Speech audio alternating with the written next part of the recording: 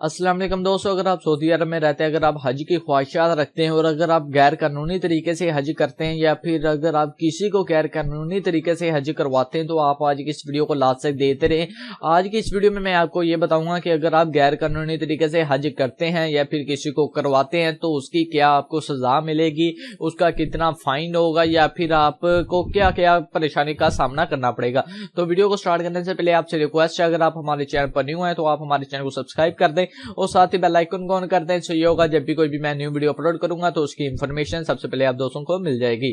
तो वीडियो को स्टार्ट करते हैं। तो सबसे पहले बात करते हैं, जो बंदा गैर कानूनी तरीके से हज करेगा या फिर करवाएगा उसे ब्लैक लिस्ट कर दिया जाएगा और उस बंदे को पनिशमेंट भी दी जाएगी। सबसे पहले तो उस बंदे को पनिशमेंट दी जाएगी, यानी कि सजा दी जाएगी जो बंदा किसी दूसरे बंदे को हज करवाता है। तो काफी लोग आजकल ऐसा कर रहे हैं कि दूसरों से पैसे लेकर, थोड़े कम पैसे लेकर उन्हें गैर कानूनी तरीके से हज करवा रहे हैं। अगर वो पकड़े जाएं तो जो बंदा हज कर रहा है उसे ब्लैक लिस्ट कर दिया जाएगा और जो बंदा हज करवा रहा है उस पर कानूनी कार्रवाई भी होगी, उसे जुर्माना भी किया जाएगा और उसे जेल में भी किया जाएगा। तो अब सबसे पहले बात कर देते हैं, जो बंदा हज करवा रहा है किसी दूसरे को गैर कानूनी तरीके से तो उसकी क्या सजा है। तो अगर वो फर्स्ट टाइम किसी को गैर कानूनी तरीके से हज करवाते हुए पकड़ा जाए तो उसे 15 दिन के लिए कैद किया जाएगा और उसकी जो सजा होगी, यानी कि 15 दिन के लिए उसे सजा दी जाएगी, जेल में कैद किया जाएगा और उसे 15,000 रियाल का जुर्माना किया जाएगा। और अगर वही बंदा दूसरी मर्तबा किसी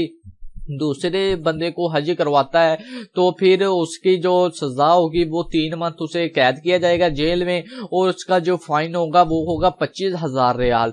और वही अगर बंदा किसी तीसरे बंदे को थर्ड टाइम यानी कि हज करवाता है गैर कानूनी तरीके से और वो पकड़ा जाता है थर्ड टाइम तो उसकी जो सजा होगी वो 60 यानी कि दिन यानी कि 6 मंथ उसकी जो सजा होगी उसे कानूनी कार्रवाई उस पर की जाएगी और उसे जेल में बंद किया जाएगा और उसे जो फाइन देना पड़ेगा वो 50,000 रियाल फाइन देना पड़ेगा। और अब बात करते हैं, जो बंदा गैर कानूनी तरीके से हज करता है उसकी क्या सजा है।